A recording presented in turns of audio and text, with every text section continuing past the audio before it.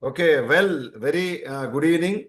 Nice evening to meet our respected resource person, Dr. Rani Komidi, Madam Garu, Assistant Professor, Head Department of Botany, Government Degree College, Autonomous Siddipet. Madam is going to explain about the most important topic in plant embryology. In previous classes, Madam has clearly explained about the introduction, about the plant embryology and major discoveries related to plant embryology. At the same time, the other microsporogenesis, that is clearly explained about the structure of anther wall and development of the anther, and also complete picture related to the microspores, that is the pollen grains.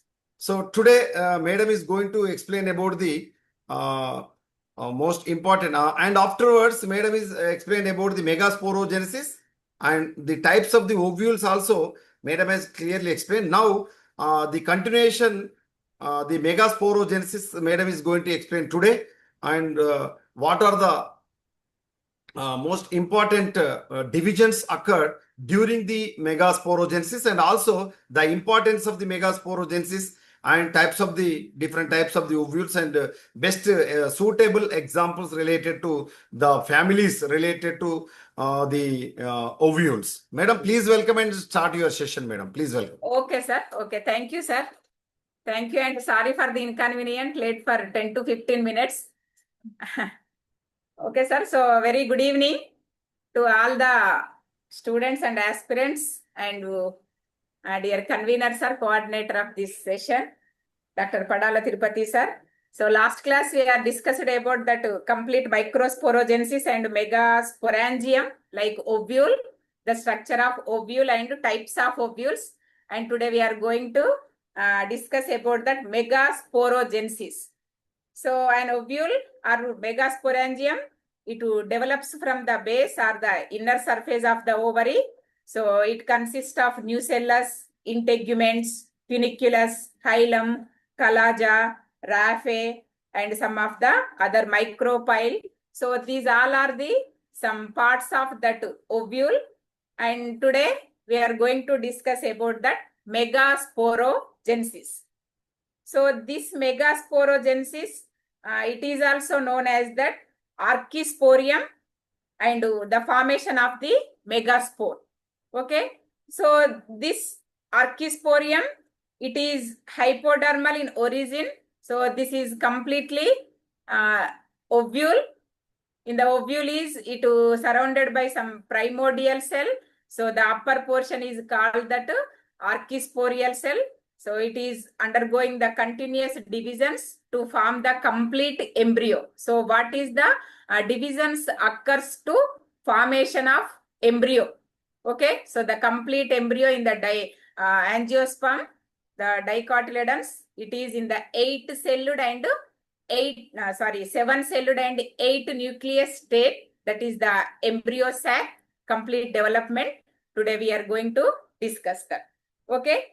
So this is the first cell, the ovule primordial cell, and it is also known the archisporium. It is in the hypodermal in development in origin. So it's some early stage in the development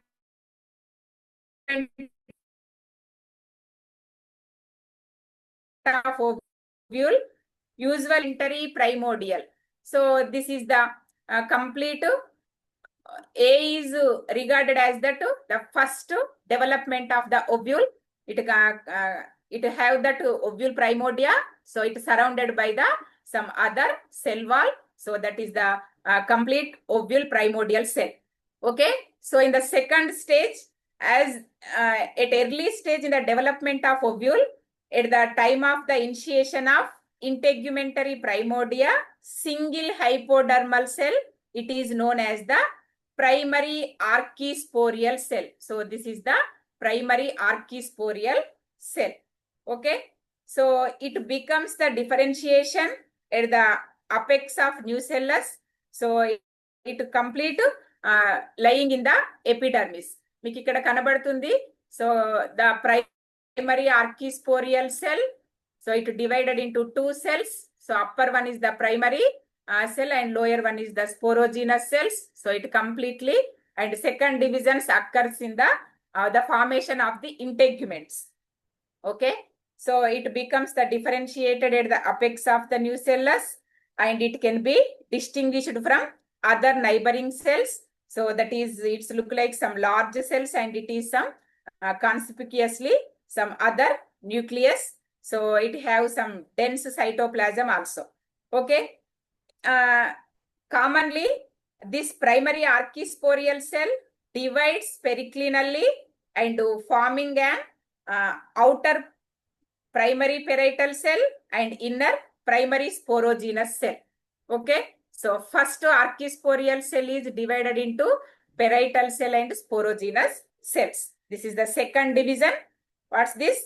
So the primary archisporial undergoing the mitotic division to give the two cells. So in that first one is the primary parietal cell and lower one is the primary sporogenous cell. Okay, so this parietal cell, it may divide further times, some other several times. They can both by anticlinal and periclinal divisions. Okay, so this one, what is this, Nana? Primary parietal cell undergoing the continuous divisions, and the divisions, it may either anticlinal or periclinal divisions. So completely completion of the divisions, it forming a variable amount of the parietal tissue. So not a single cell, some group of some tissues also formed. So that is called parietal tissue, or sometimes it may also undivided. Sometimes it may divided or it remains undivided. So the sporogenous cells usually does not divide further and it functions directly as the megaspore mother cell.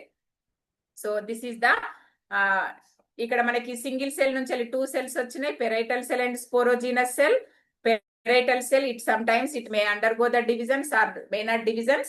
So the sporogenous cell usually they can function directly as the megaspore mother cell also. It act as the megaspore mother cell. So ఇక్కడ haploid cell అని కనబడుతుంటుంది. So it may be formed as the 5-celled linear cells. So the 4 cells are called either single cell, undergo the meiotic division, they can form the linear 4 haploid cells. So and other one is the parietal cell. Okay, so this in still other cases, the primary archisporial initial, it directly behave as the megaspore mother cell. Either divisions takes place, they can form the haploid cells, otherwise they can behave the megaspore mother cell. So this megaspore mother cell, just wait. So this megaspore mother cell divides meiotically as per show this C section. Okay, so meiotically it forming a tetrad or 4 megaspores. So this usual process of meiotic division is termed as the megasporogenesis. So this is the complete the formation of the megasporogenesis.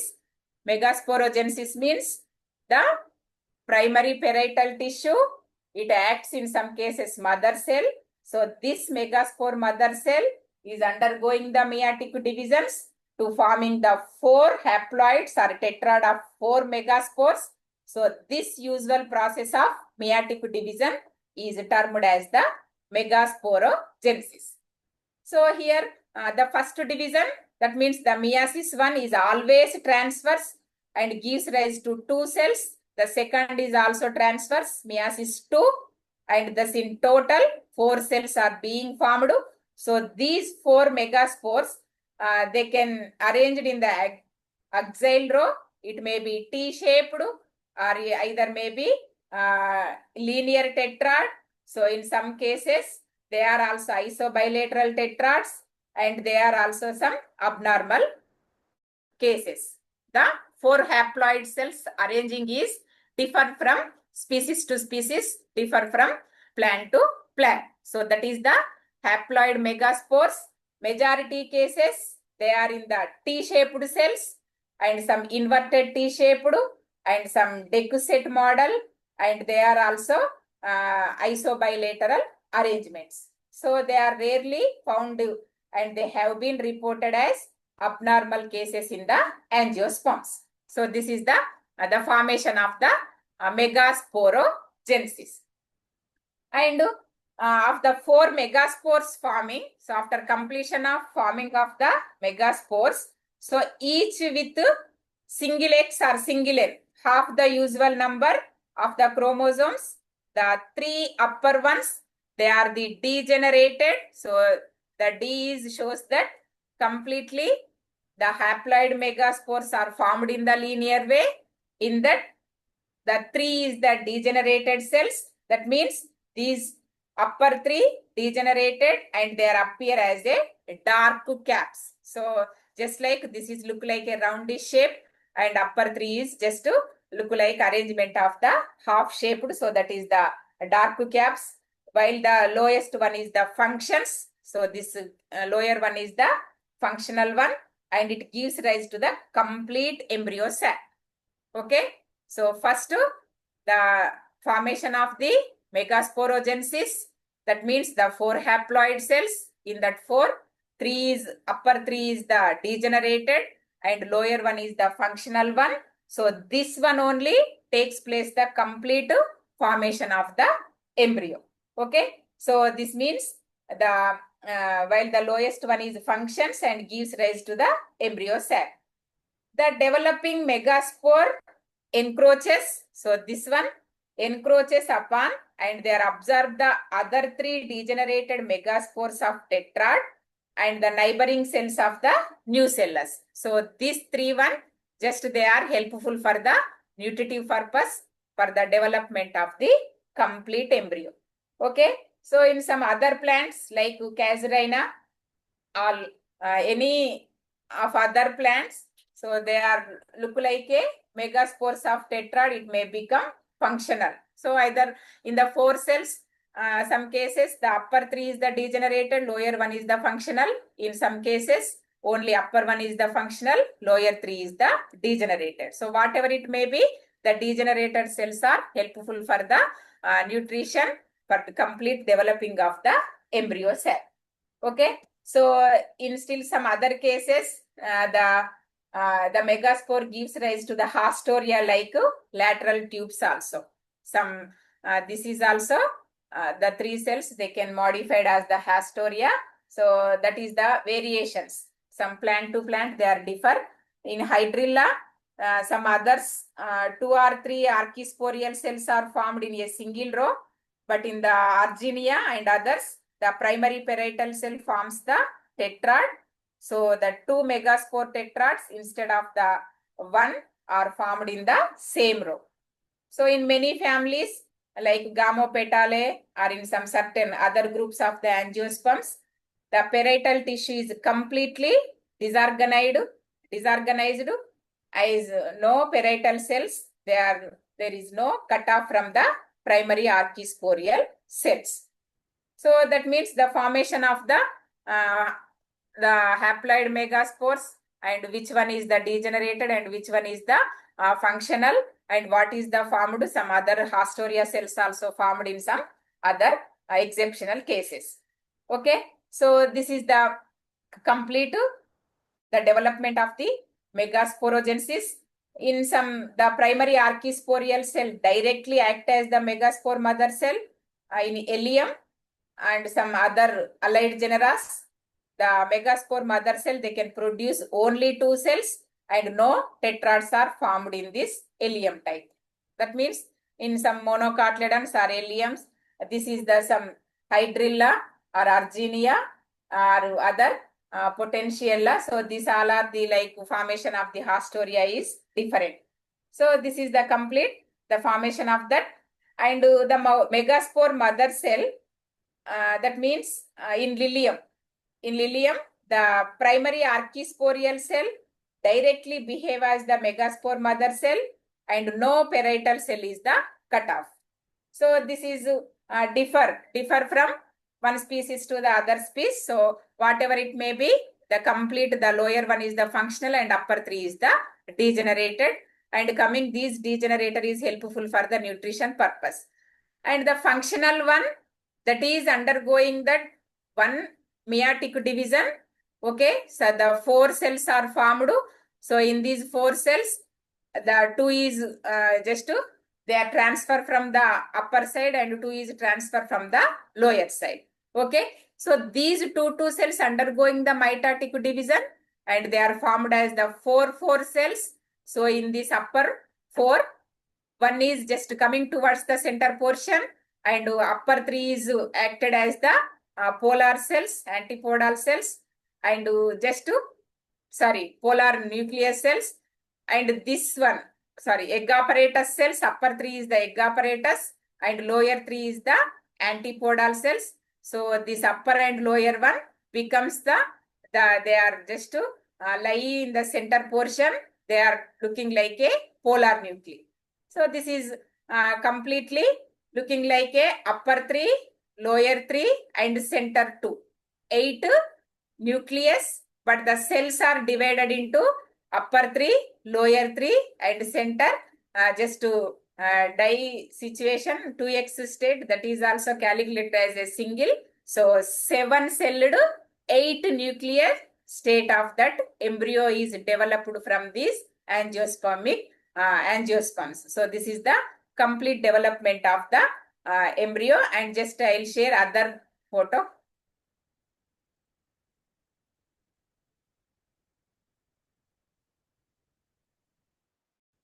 Okay.